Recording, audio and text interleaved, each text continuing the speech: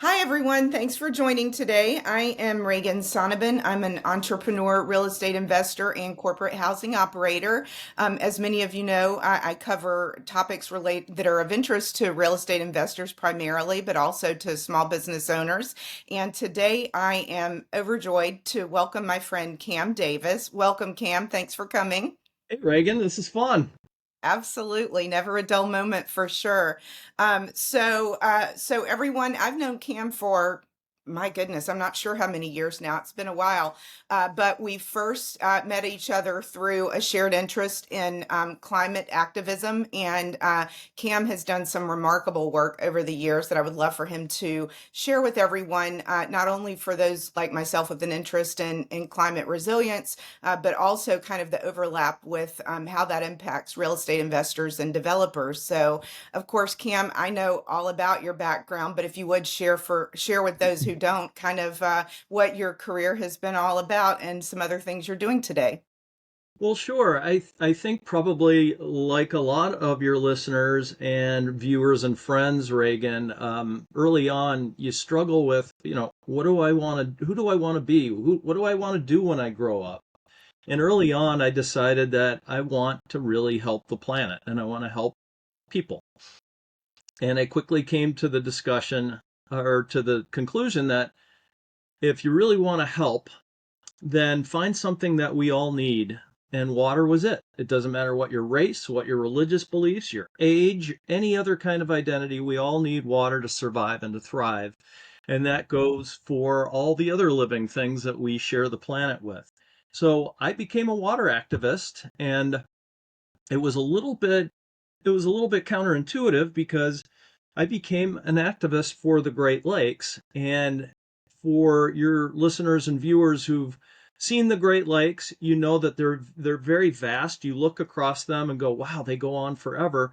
Why would we ever need to advocate for the Great Lakes? We've got more water than fresh, clean water than we ever need to think about. Well, it turns out that we actually need to advocate for all of our waterways across the world. And so I put myself through law school, ran a nonprofit called the Alliance for the Great Lakes, which focused on volunteerism and engaging people on policy. To my surprise, Barack Obama appointed me to head up his Great Lakes effort and coordinate a $2 billion fund for the Great Lakes, and then ran for the Metropolitan Water Reclamation District of Greater Chicago as a commissioner, and again, to my surprise, won with the help of many people. It's an amazing background that you've had, and then now being, of course, that first election was quite a doozy. You helped me out, so you know. Absolutely. It definitely was. And I know it's kind of smoother sailing continuing that work now. So, it really is just remarkable the people that you've rubbed elbows with, the impact that you've been able to have personally, not only through MWRD, but through the other things you mentioned. I'm curious, just kind of keeping it local and thinking about our area. But of course, this really could be true for probably any metropolitan area in the United States. But if you could share with investors and developers who may be watching, how does MWRD policy impact land development in real Sure. estate in Cook County? Sure. Well, MWRD, I need to mention the mission. One of them is water quality. Our mission Hmm. is to protect the Chicago area waterway system, as we call it, Hmm. including Lake Michigan, which is our drinking water source. The other mission is to help reduce flooding around Cook County. And you don't even have to be a real estate developer to understand that flooding is a huge problem when it comes to real estate, when it comes to development. You don't want flooding in your household. You don't want flooding in your neighborhood, your community, because it becomes a public health threat. Mold can grow with basements that back up or flooding that hurts the foundation or the basement of your building. It becomes a financial health problem too, because we all know that insurance doesn't cover all of the damage that can occur from flooding. There's usually a lot of out of pocket expense that goes along with it. So fiscal health, public health, are all really important things that we need to think about. And MWRD is kind of on the front lines of trying to make sure that we convey, we treat, and we clean water appropriately so that people can live in safe, healthy neighborhoods everywhere in Cook County. Absolutely. I mean, it's so interesting because, when I reached out to have you on the podcast, we had not been in touch in a while, and I just started thinking about, what the overlap is there of really how this does impact investors that they may not even realize. And there are so many kind of causes within a cause. So, for example, MWRD's been promoting green infrastructure. What are some examples, and how can developers or investors get involved?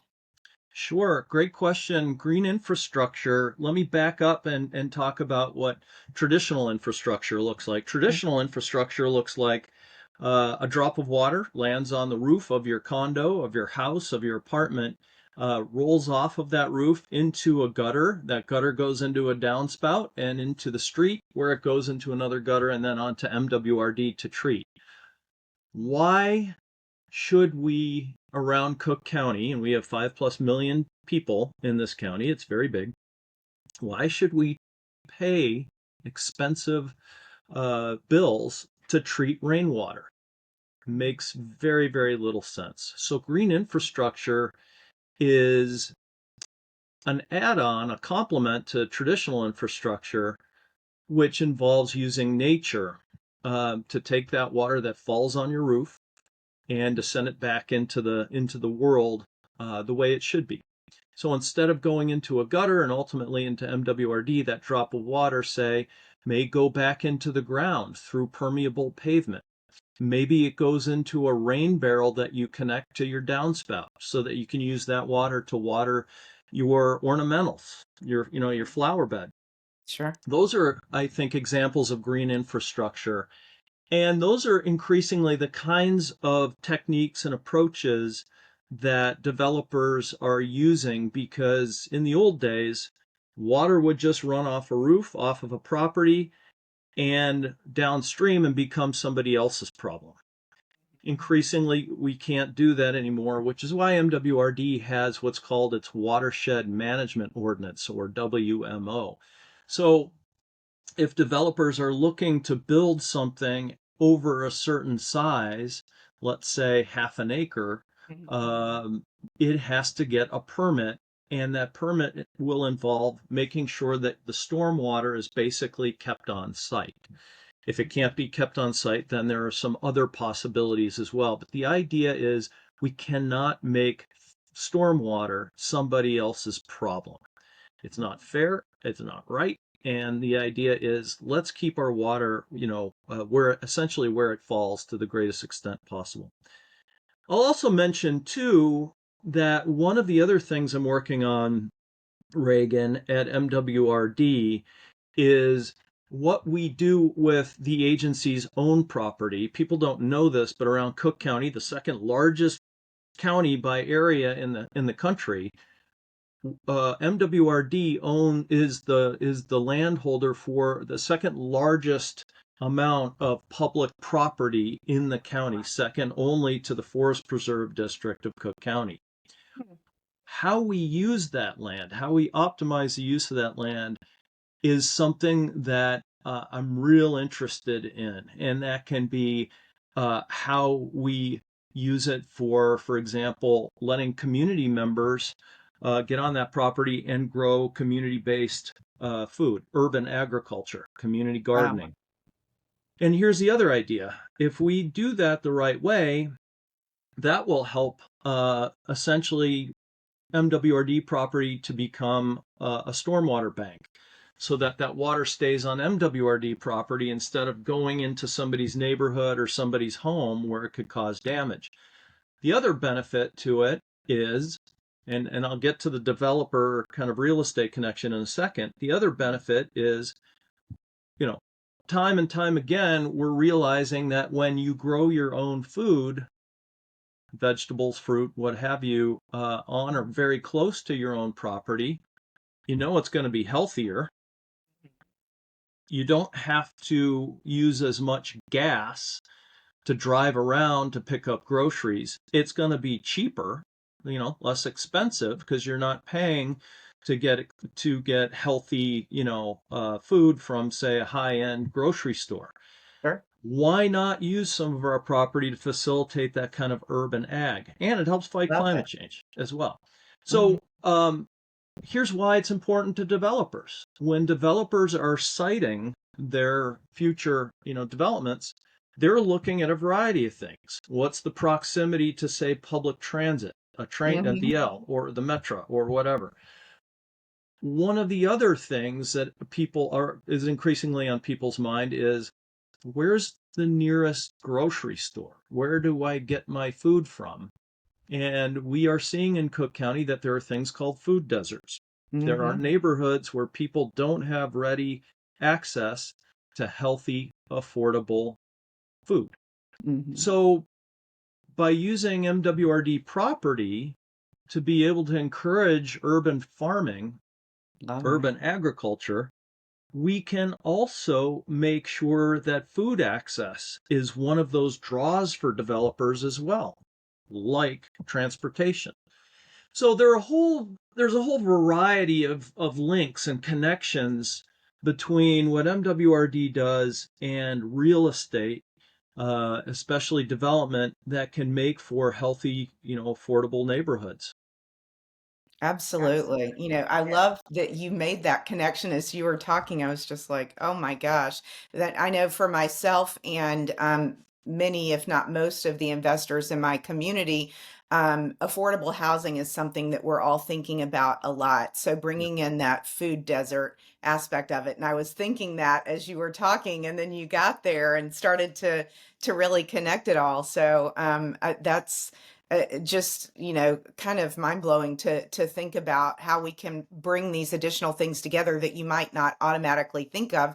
And like you said, transportation certainly ties into that as well. It's something that many of us look at very closely when we're working on affordable housing focused properties, proximity to bus lines, and routes and things like that. So I'm curious, this initiative with the use of MWRD property, what is this like your own personal initiative? I haven't heard about it otherwise, or like, are there other things kind of going on with that? That's amazing. And I then of have course been there's taking, always that overlap, like with, Chicago Public Schools, Chicago Park District, yes, and on and on. yeah, absolutely. And yes, it is something I've been taking the lead on, because just as clean water and plentiful clean water has been an interest of mine in terms of my own contribution back to the world, food insecurity and how we fight that Mm-hmm. around Cook County and beyond is now an increasing interest of mine as well. So much so that my family and I bought a very small rundown organic blueberry farm. And this is my living laboratory for understanding how food systems work and really should work.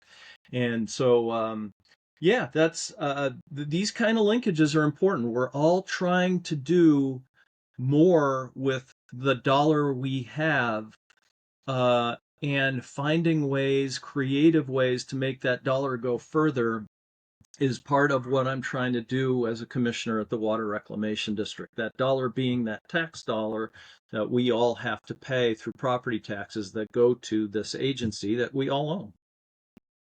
Absolutely. Wow. That's amazing. So, tell me more about how that experience. I know you've had the blueberry farm for a few years now, and it just sounds fascinating. Just, kind of the way that it's set up. I know that there were some migrant farmers there at some point in the past based on the setup. So, tell me how that has impacted kind of things that you've learned and seen firsthand, as you well described it, the living laboratory.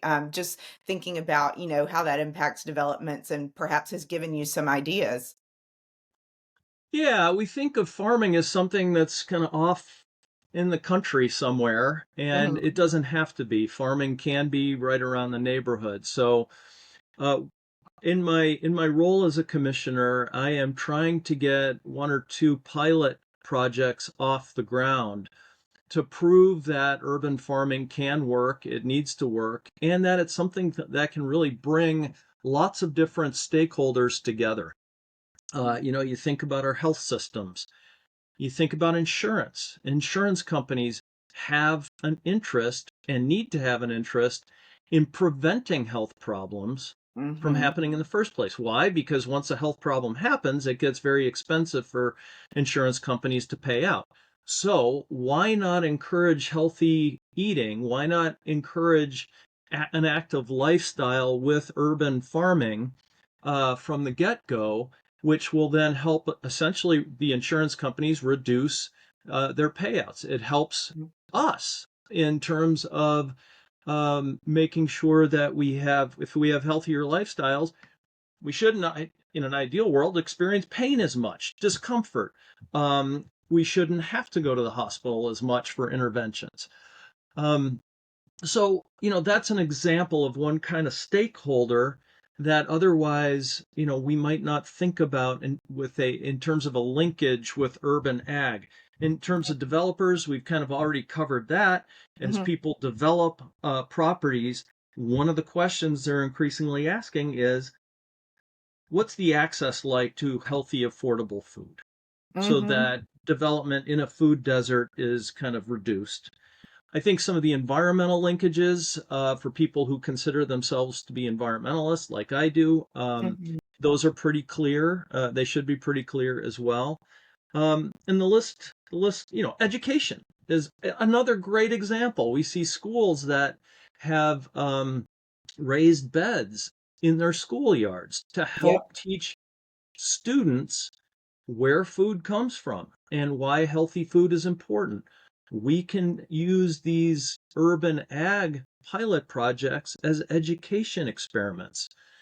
The list goes on and on and on. There are so many benefits from urban ag that it's almost impossible to list them all. Equity, of course, like you think about what we pay our workers to be able to harvest food, to get them to a store.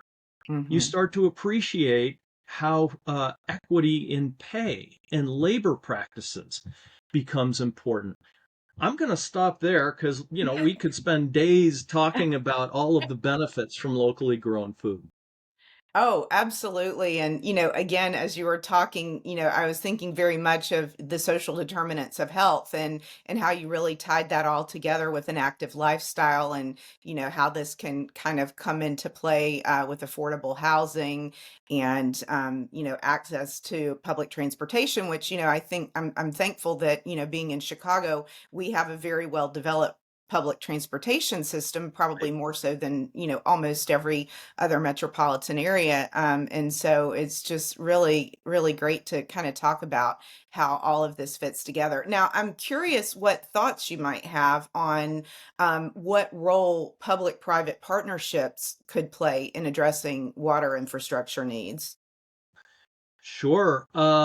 Well, especially with the cuts in federal funding that we're starting to see, um, public-private partnerships for water infrastructure are going to become increasingly important. Chicago has had an infrastructure trust. There are different kinds of models. Hmm. An example, it's not so much a public-private Hmm. example, but more of a public-public partnership has Hmm. been the Metropolitan Water Reclamation District's Space to Grow program, where the agency will provide a third of the funding, the Chicago Public School System will provide a third of the funding, and the Chicago Department of Water Management will provide a third of the funding to Hmm. go towards green infrastructure projects on schoolyards. Wow. Really cool program. Everybody loves it. And you know how that is in the world. Like, it's very hard to find something that everybody loves. Right. But this is one that everybody really, truly does love. The one problem is that it's limited to the city of Chicago. And Hmm. so 2 or 3 years ago, I introduced a directive to begin to explore expanding this partnership outwards Hmm. beyond the city of Chicago into Cook County suburbs. And that is now starting to happen. Um, I could I could easily imagine a private funding partner coming to the table and wanting to be part of that effort. Whether it's a foundation, whether it's a business that has, say, adopted a school or Mhm. partnered with a local school in some way. There's plenty of room for creativity and imagination in terms of public-private partnerships when it comes to infrastructure.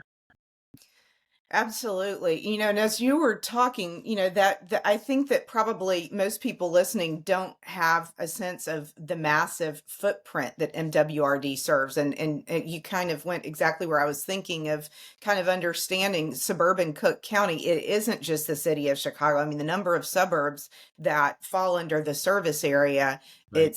I don't even know what. 120 plus. Yeah, it's massive. And It and of is. course the metro area extends beyond just Cook County, but just Cook County alone. And Right. another thing that I was thinking about as you were speaking is knowing, you were talking about the amount of land that MWRD holds, and being kind of the second. When I think of even the employment, I know that is also significant. Yeah, that's right.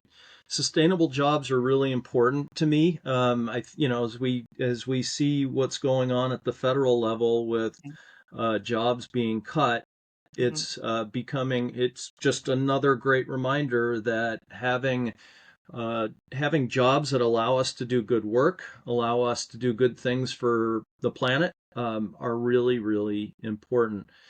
And the district employs, almost 2,000 people that are dedicated to making sure that water moves where it needs to move so that we don't flood. People are dedicated to making sure that water, after we use it, is being treated and going back into the world as clean as the way we found it, if not better. Mm-hmm. Absolutely. Now, I'm curious. I was thinking, as we were talking, and we haven't really gotten into this, but it's something that somehow I just kind of have in my mind, and that is, um, how MWRD works with large industrial projects and perhaps weighs in on things that they can do to cut back on the amount of fresh water that's needed, and maybe do things differently or in more efficient ways to reduce the need for wastewater treatment. Fantastic question. We are increasingly working on an issue called water reuse. It's a kind of Mhm. a fancy term for water recycling. Mhm. And if you think about it, all water is recycled. Sure. There's the same amount of water that we've always had since the age of the dinosaurs on the planet. Mhm. And it goes up into the sky, falls back Mhm. down, it gets used, it goes back up into the sky. It's a cycle. Right. And so, we don't think about it, but we are recycling water. Ecologically, we're recycling water. Over the, past century, water management has really focused on finding that nice, clean, pristine water body and using that water, then treating it, and it just goes downstream and we don't think about it anymore. Mhm. But it's expensive. That kind of approach is expensive.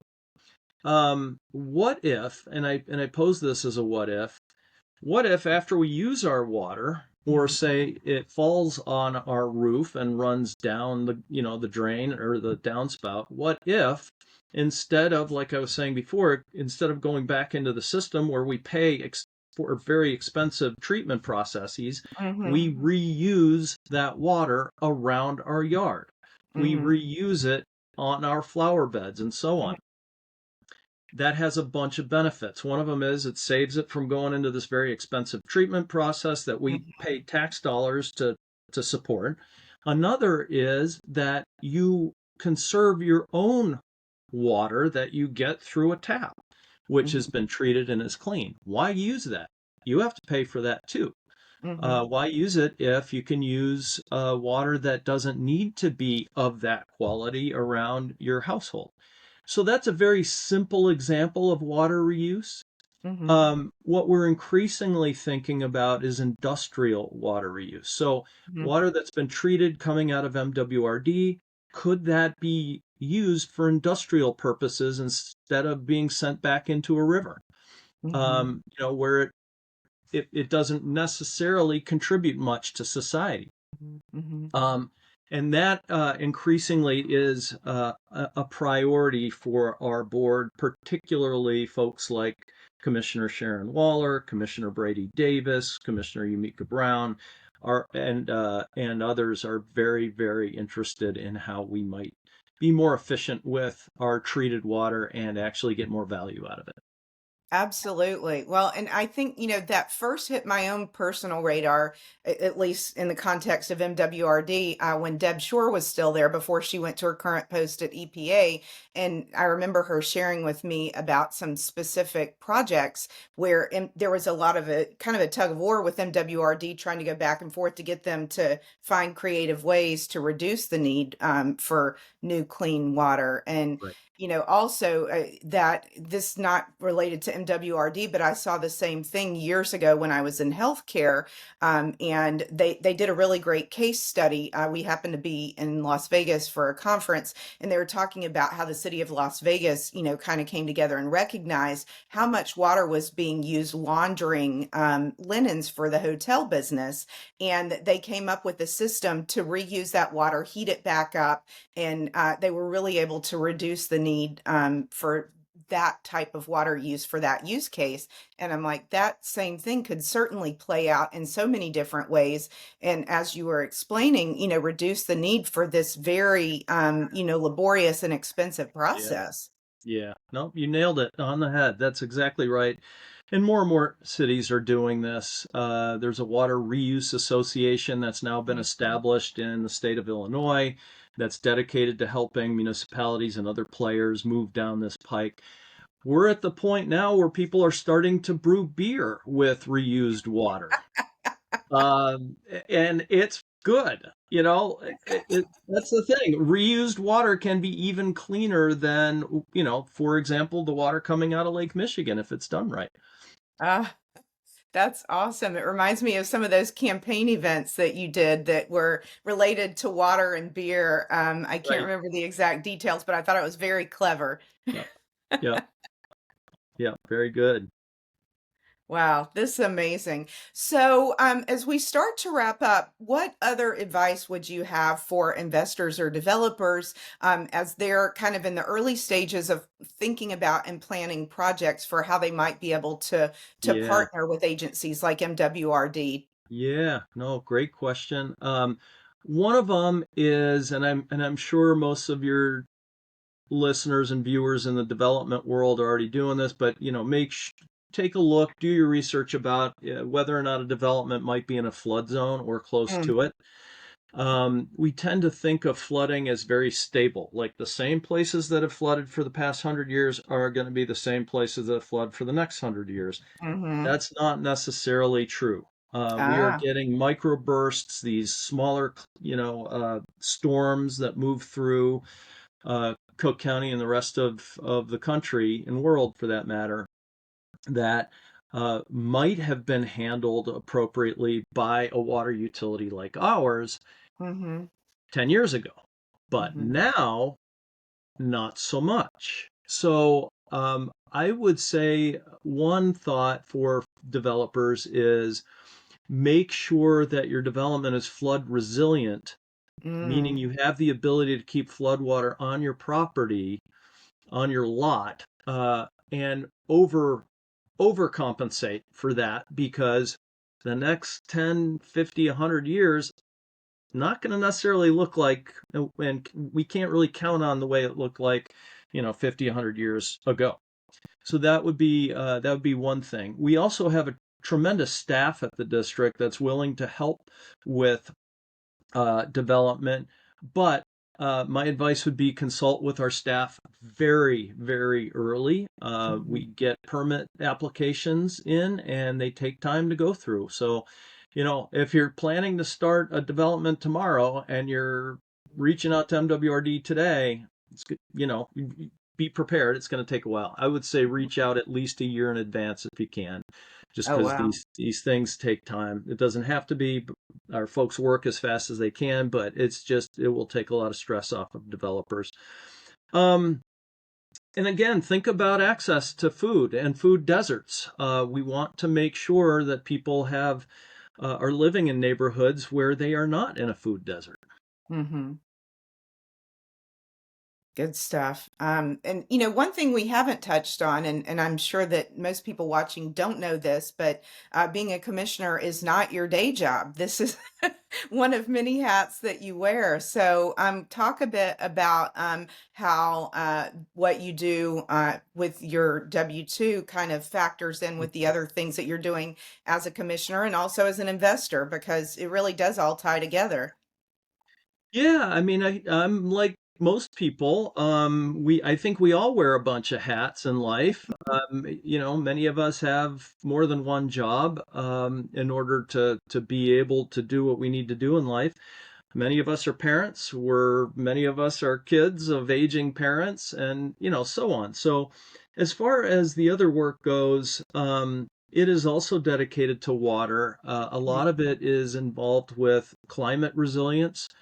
Our shorelines around the Great Lakes are among the most ecologically sensitive areas in the Midwest. Hmm. And so, how we prepare those coastlines for the changes in climate that I was talking about before is really, really important. And increasingly, municipalities are wanting to know, okay, what do we do so that we don't have to continually go out and build giant cement and steel walls out in the Hmm. lake, which is just not really good for the Hmm. ecology of the lake. So that's that job, but it's also really helped me get insights into the engineering world so I can be a better MWRD commissioner and ask good questions. And then, there's the farm, which is, I don't consider it to be a job. I consider it to be fun, but it's a Hmm. lot of fun work.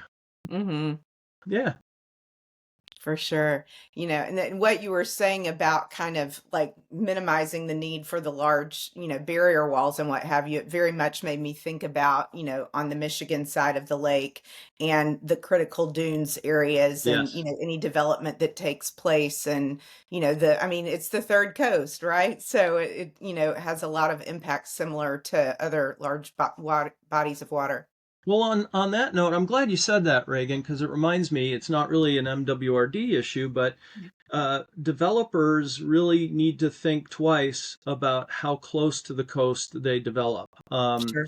One neighbor of ours here in the Chicago area, who's right on Lake Michigan, has bulletproof glass on the eastern side of their house, on the lake facing side of Wow. their house, because shards of ice during the winter storms can really hammer, their windows hard.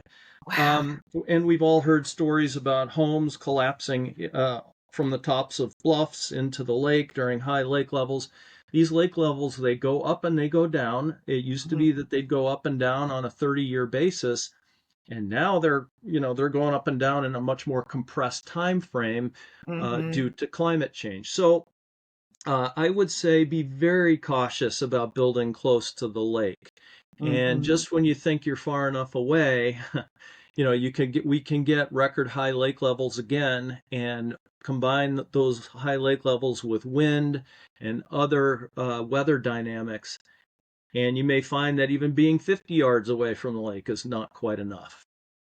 Yeah, no kidding. You're right. I mean, just seeing these cycles, for Lake Michigan specifically over the last, 10 to 15 years, as I myself have had property close to the lake, and I think about watching specific beaches, change and just, from a couple of years, one year to the next. Or I can think of another place on one of the stops along Lake Michigan where there was a brand new walkway built and stairs going down to the beach. And it lasted literally 1 or 2 seasons and it was crushed. I Done. mean, it was just, it's shocking to see how quickly that happens. And you're, like you said, you're thinking you're going to see these longer cycles, but it's not. Mm-hmm. Mm-hmm. Well, yeah. I mean, for example, in 2020, we had record high monthly lake levels on four of the five Great Lakes. One of them was Lake Michigan. And on the north side of Chicago, three public beaches were wiped out because Mhm. we had 20 to 25-foot waves, and the Chicago Park District's not bringing those beaches back. It's just too Wow. expensive. So it's hard to imagine, losing a beach. It just disappeared. These beaches just disappeared almost overnight, and they're gone. So yeah, the lakefront, as we call it in Chicago, the coast, um, it's a very unique area, and we can't Mhm. treat it like the rest of any kind of generic property that we might be thinking about. For sure. Wow. Well, this has been amazing. I've really enjoyed. We got into all kinds of topics that are related, but may not be immediately obvious. For investors who aren't necessarily thinking about water like we are. So I'm really glad to have hopefully had the opportunity to bring this topic to people's awareness and for them to think about water and this circular economy, how it all works together. I thought Yeah. you did an amazing job of tying that all together. So thank you so, so much Well, for carving out the time for this. You're a very, very busy guy, and I appreciate it. So again, thank you for that. For anyone who's interested in following you or MWRD, how can they find you online?